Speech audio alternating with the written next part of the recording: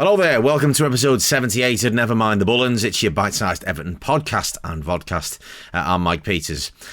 Before we get to discussing, obviously, the game against Palace, there was one bit of news that I completely missed out in the last episode. Obviously, the excitement of the Arsenal game, obviously passing by the fact that we've been drawn away at Hull City in the third round of the FA Cup, and obviously the game is now going to be screened live on BBC One, so the whole nation can see how poor we are at the minute.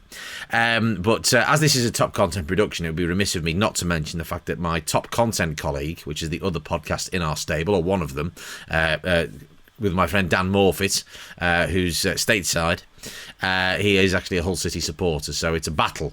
A top content battle that will be taking place on the 9th of January, or the 8th of January, when is it? Yes, on Saturday the 8th of January at tea time. So that'll put everybody right off their dinner, won't it? Marvellous. Now, getting to the Palace game itself, I'm not quite sure what we were expecting after the Arsenal game and all the sort of the hijinks that came with that and the excitement and everything else. I'm not quite sure what we thought, but I think we probably were expecting better than we ended up seeing.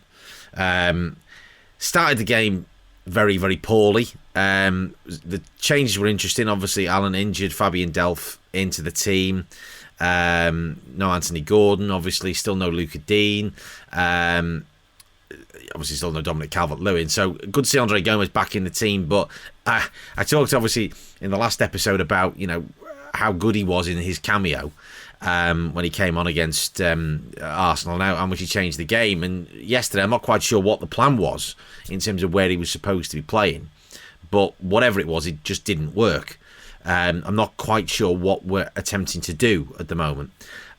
I think we ended up giving Palace far too much time on the ball, far too much respect. We were much too passive again. And we ended up sort of for half an hour or so with them basically camped in our half, with getting a number of pretty presentable into a number of pretty presentable positions. Didn't obviously capitalise on them. And then I thought, do you know what? After that, I thought we started to get into the game. I thought Ben Godfrey was excellent, although he was absolutely at fault for the second goal. Again, we're making basic errors which are costing us points time and again. But I thought he was excellent. He was providing real threat down that left-hand side, much more so than Luca Dean has been. And hopefully Luca Dean will come back into the fold and, will patch up his whatever differences he's got with the manager. And he can be effective for us again because we know what an asset he is. I thought Mason Holgate was better than he has been. He's been consistently poor really for the best part of 18 months now. But I thought he was more at it yesterday. And obviously was more decisive, I think, in when he had to make decisions. That was better, and he cleared things where he needs to. He didn't faff about and all the rest of it. But ultimately, we've come away with nothing. The substitutions, I mean, I've been critical of the substitutions or lack thereof over recent weeks in recent matches. And yesterday, the decision to take Richarlison off, on the face of it, was absolutely baffling. Equally, the idea of taking Fabian Delph off, I couldn't quite understand, and neither could he. I mean, both of them were visibly unhappy about being taken off. And obviously, at that stage of the game, it was still 1-0. And within a minute or two, we're then 2-0 down, and you've taken off one of your best chances of scoring a goal. Now, what came after the game, what Rafa Benitez was saying after the game, was that Richarlison had picked up a knock, which I think we could see on the pictures, and he took him off as a precaution.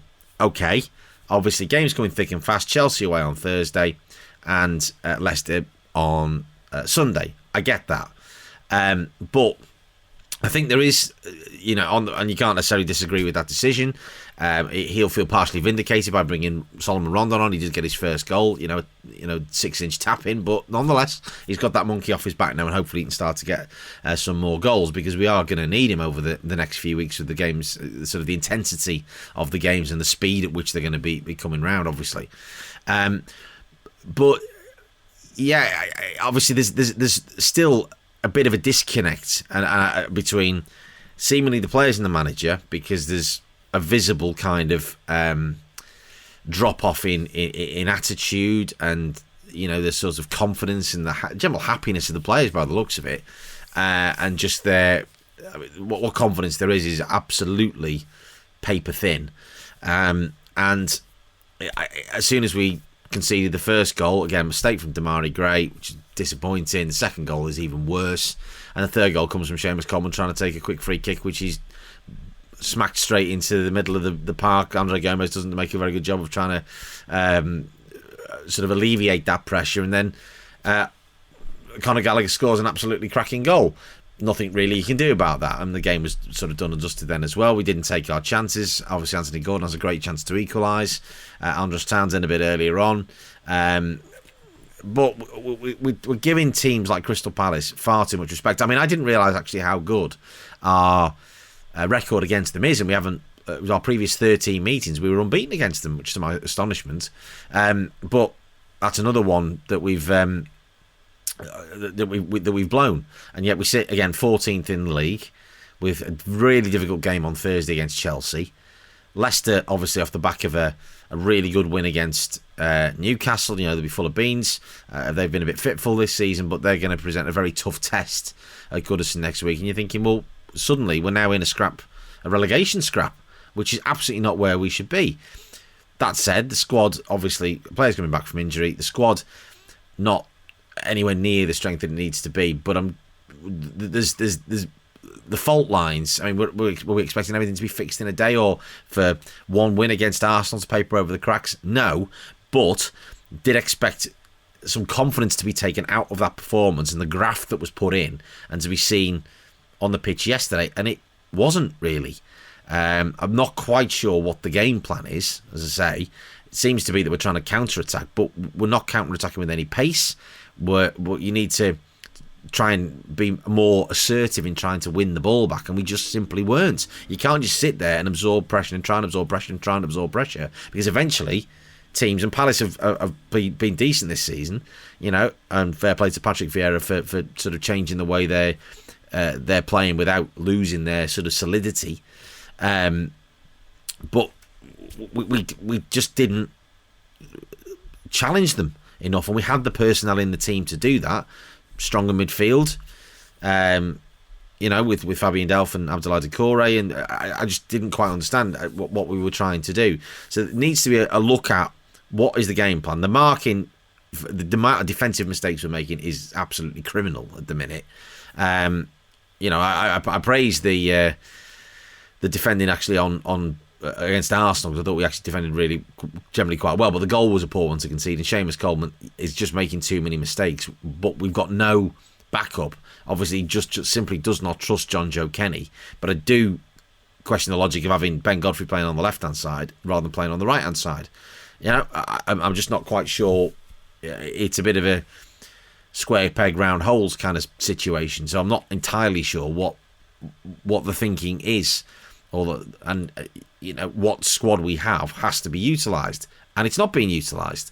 So there's certain players obviously that are trusted without fail, and it's not a criticism of Seamus Coleman's commitment or desire or will to win. That's never been in question, or love for the club. That's never ever been in doubt. But his quality is you know, he's on the wane. There's no doubt about that. It's been patently obvious for a couple of seasons that he's not the player that he was, and that injury, that awful leg break, has affected him drastically. So something's got to be done about that come January, if we can try and get a player in. In the meantime, though, whatever fault lines are developing between the players and the fans, or between the player and the manager and the fans, and the chant that came out yesterday, well, I think we could all hear it on the telly, the red and white, well, that one, yes. That's just not helpful. It's just becoming more divisive, more divisions, and we need the club to be pulling together, as we did on Monday night against Arsenal. So I'm hoping that, obviously, unhappy fans, obviously, with Richarlison being taken off, not aware of the fact of his injury necessarily, but that can't seep into Goodison next Sunday against Leicester. Before that, obviously, Chelsea, well, anything we can get out of Chelsea is a bonus. Our record there is absolutely awful. You know, probably the worst record since only the fastest milkman in the West, to be fair.